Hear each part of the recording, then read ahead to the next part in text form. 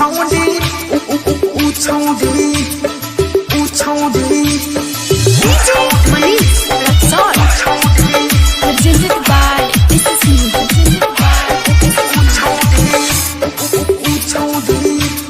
हाय हाय हाय हाय पंडल बना के सोहरई गा के सरस्वती मैया के सहरन में जाके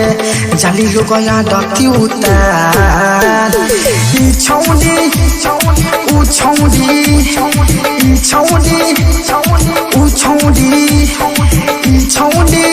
आदे उ छौडी रे छौडी उ छौडी पंडल बना के सोहरई गा के सरस्वती मैया के सहरन में जाके जली हो गया डटी उतार छौडी उ छौडी छौडी उ छौडी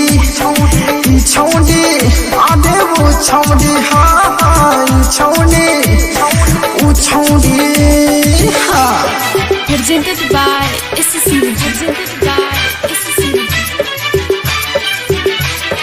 DJ Manish Rexall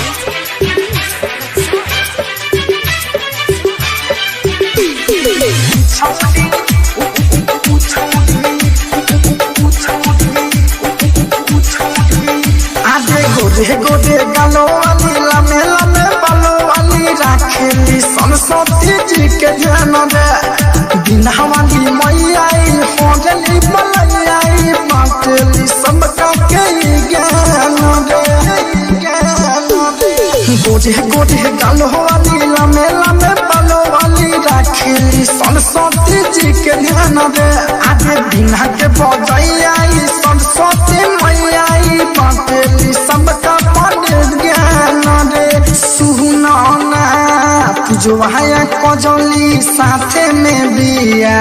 नेहवा के दीदी तो बहारे ले दिया मोटकी बोले जयकार छौडी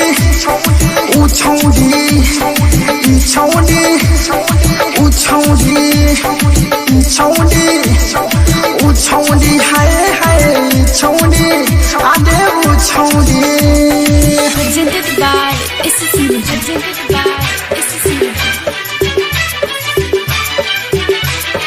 DJ Manish Rexall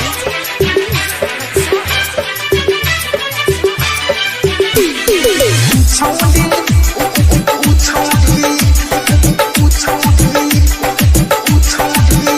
आदे लाके पंडित जी के गौआ के हित जी के बाड़ी बाड़ी बाटेली पद सांदे उठैले हखेली बाड़ी सखी सहेली बाड़ी कहेली रखी हथुआ बांधले लाके पंडित जी के गौआ के हित जी के बाटेली बाड़ी बाड़ी पद सांदे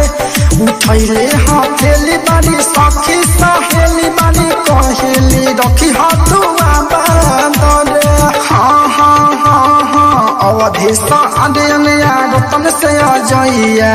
जय कर बोले ले विनोद भैया कहले बात बारे बार छौडी उ छौडी छौडी उ छौडी छौडी